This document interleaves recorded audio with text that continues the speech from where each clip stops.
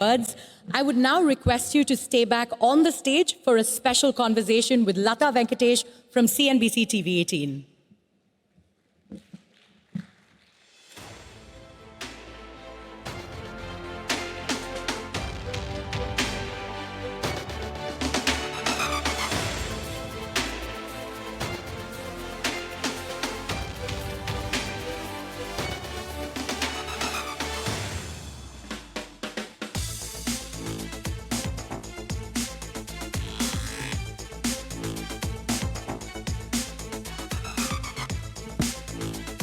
Thank you very much, Mr. Pandey. That was an extremely perceptive speech because some of the questions I prepared have already gotten answered.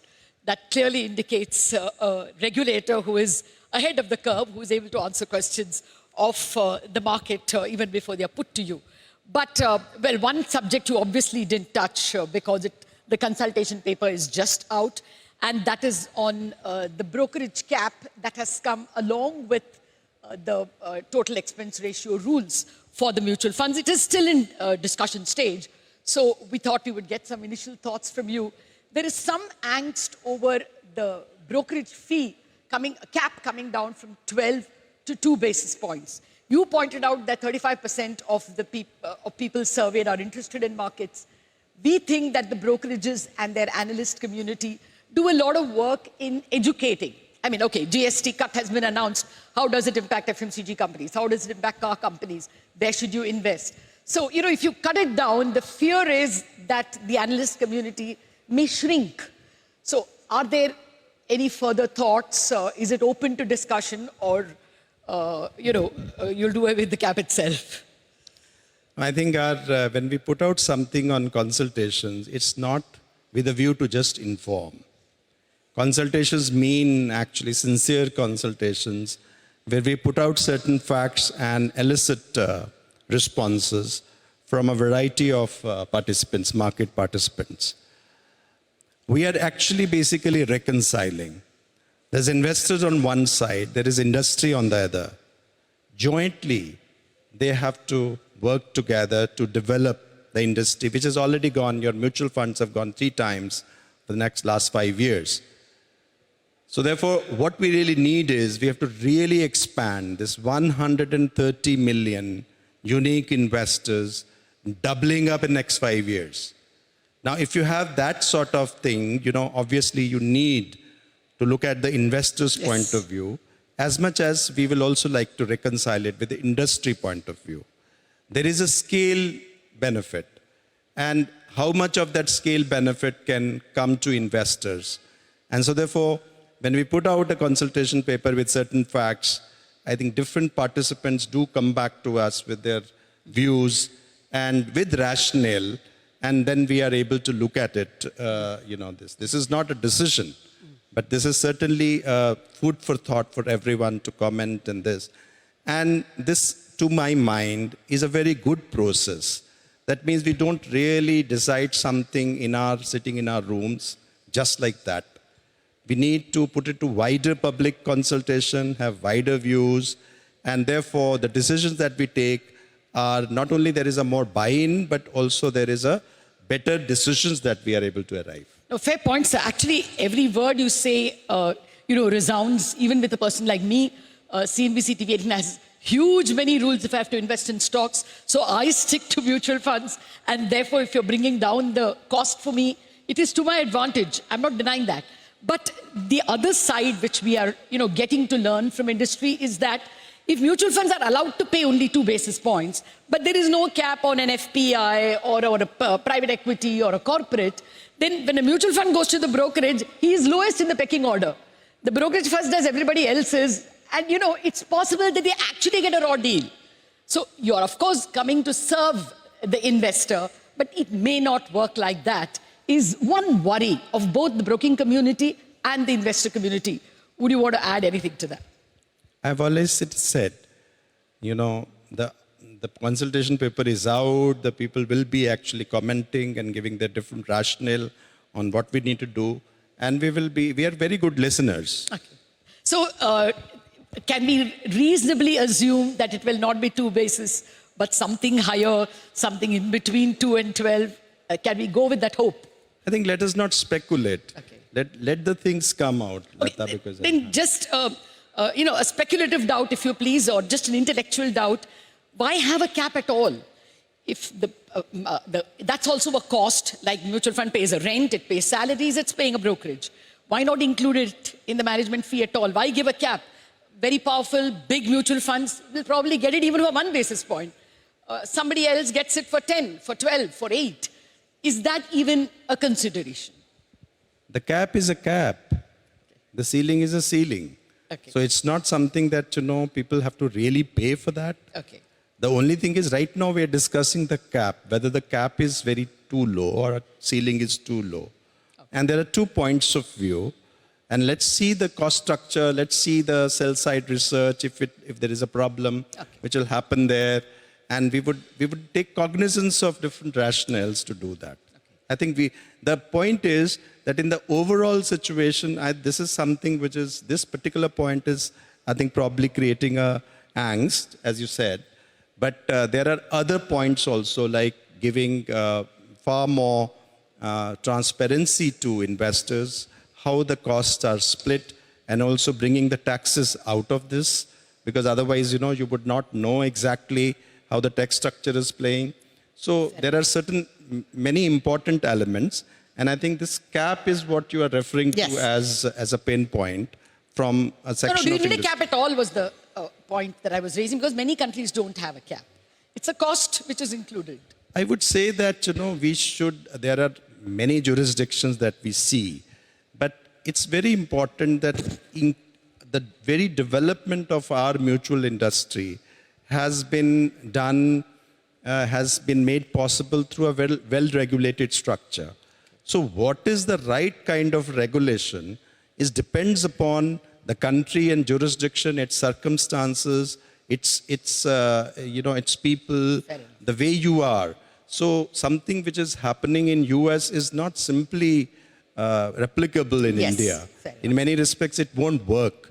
And we have shown, like in case of DPI, for example, digital public infrastructure, how is it that India has really got to the top of the global ladder? Because we thought sui generis, and we developed that capacity, and we didn't just waited to copy. Oh, no doubt about that. No doubt about that at all. We've got a very elite audience over here, and Nigel, my colleague, is waiting by. Nigel, Rhythm Desai has already told us, or at least we leaked, that he will have to question the SEBI chairman, so he has a question. All right, Rhythm, over to you. Thank you, sir, for your comments. Is there something that in particular worries you about the Indian capital markets? Something that may give you sleepless nights? So maybe you ought to come in the center. I think there is no meaning in worry. What means is an action. So there is no need of sleeplessness, because that will spoil your next day. Okay. Well, actually, on that point, Nigel, there was a worry from foreign investors, sir.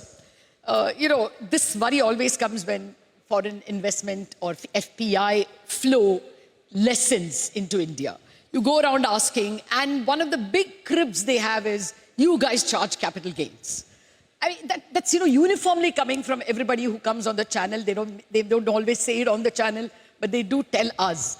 Is there a thought that this could be impeding? I mean, now it is, the last 3 of the last 4 years we have seen outflows. So is that a thought? First, that question is addressed to the government, not to me. Certainly. Because it's a revenue issue. The second, we also cannot have a correlation like the way you are drawing, because this has been there for quite some time. And there was a time, when we had very heavy flows despite a so-called capital gains tax. The third, the way the FPI works is quite differently. It is basically a relative space. It is not an absolute space. You have your funds, you have a mobility, and you can really maximize your returns. You can in and out, and different jurisdiction. India is not the only one. We are not our world. The world is much bigger and there are different jurisdictions and people keep looking at different opportunities, the actions of the Fed Reserve. They also look at their profit opportunities. They look at PE ratios, relative PE ratios, and so on and so forth. All I can say is I have had massive amount of interaction with FPIs and foreign players, banks. told you the same thing? FPIs, and not only in India. And every time, I get an opportunity, I talk to them and meet with them. And I have gone out and gone to US, I've gone to Paris, gone to UK, gone to Singapore, Hong Kong, and talked to each one, like every segment. So the sense I get there is a very strong faith the FPIs have on India's story. So therefore, overall, we have to look at it. When this tide will turn, whether it will so much as come in the primary market. Even now, when you are talking FPI outflows, you are only giving the net flows. But sometimes inside, you will see there is a lot of movement into a primary market. And these things will keep happening in a market like this. The question is, are we so vulnerable today with these flows in and flows out? And my sense is we are not. In fact, we are now much stronger in terms of our domestic flows as a counterfeit. 18% of individuals in India today own the 18% of NSE listed companies is owned by individuals today. And then you have domestic institutional investors. So the FPIs, in fact, are now a little bit of subordinate to the domestic highly subordinate now, sir. Domestic institutional investors. But they are very much there. See, you are only taking a flow. Yeah. But if you really look at it, it's still a $900 billion market cap that the FPIs hold in India. That's true. Right, Fair enough. Nigel, I right. believe, okay. Right. So Nigel, yeah, I was just listening to your opening comments as well, and it's heartening to see media and all the big names over here as well. We're developing an equity cult, and many years down the line, this will be the foundation. That being said, last evening we got comments coming in from the finance minister, and she said that the F&O market will not shut. Now, the street was reading it in various ways, but I wanted clarification on that front. Does it mean that weekly expiry continues for now? Well, I think on this I've said, because I don't have to actually give a statement every second day. I just So it's spoke just that removing weekly, is it off the table? I just spoke the other day. We are looking into a consultative database. We are, normally you would speak that you build the market, and if you have problems and imperfections, if you have distortions, we try and fix it. I mean, this is a normal thing, you have something happens in your body and all that. I mean, you don't really just, at the first instance, go and remove it surgically. I mean, this is something which you have to see, how do you take it, and therefore our approach will have to be necessarily calibrated, data-based, and see how the problems, distortions in the market can be taken care of. There are multiple solutions to a problem. There is no one solution to a problem. Okay. Nigel, I believe Sridhar Shivram also had a question. We are running out of time so quickly. Yeah. Sridhar. So my question is on buybacks. For some reason, SEBI has barred secondary market buyback. If you see in the US, almost $1 trillion of buybacks happen every year, and it's a great tool to stabilize the market during difficult times. I would urge SEBI to relook at open market, secondary market buybacks, given that the tender offer has become very complicated now because of the taxation rules. In the entire last year, we've had only one buyback. So I would urge SEBI to relook at the entire buyback ban. Thank you. Can we have hopes that open market buyback will come? I think we are open to all suggestions. We will examine. Okay. Nigel? Okay, I believe we are running out of time, sir. So just very quickly, should we assume that the ban on weekly expiry is off the table? Please don't try to put words in my mouth, I think. I have said, enough on this subject. And I think let it rest, because I think this is also not right for the media to, because we also need a certain stability of thought and stability of action. I know you have your own requirements, that you have to be newsy, you have to discover something which is very exceptional. We are only looking for certainty, not news. Yeah, but if you are looking for certainty, the certainty currently is that it's on and it is working. And next time, if we have to take any further steps, we will come out with a consultation paper, which you will get to see. I mean, Lata will be the first one to see that consultation paper. I'll ensure that. So we'll get it on the website. Thank you for that. So just final question. Are there, what is the next step in Jane Street? And are you all still investigating? Are there likely to be more such high-frequency traders whom you will pick?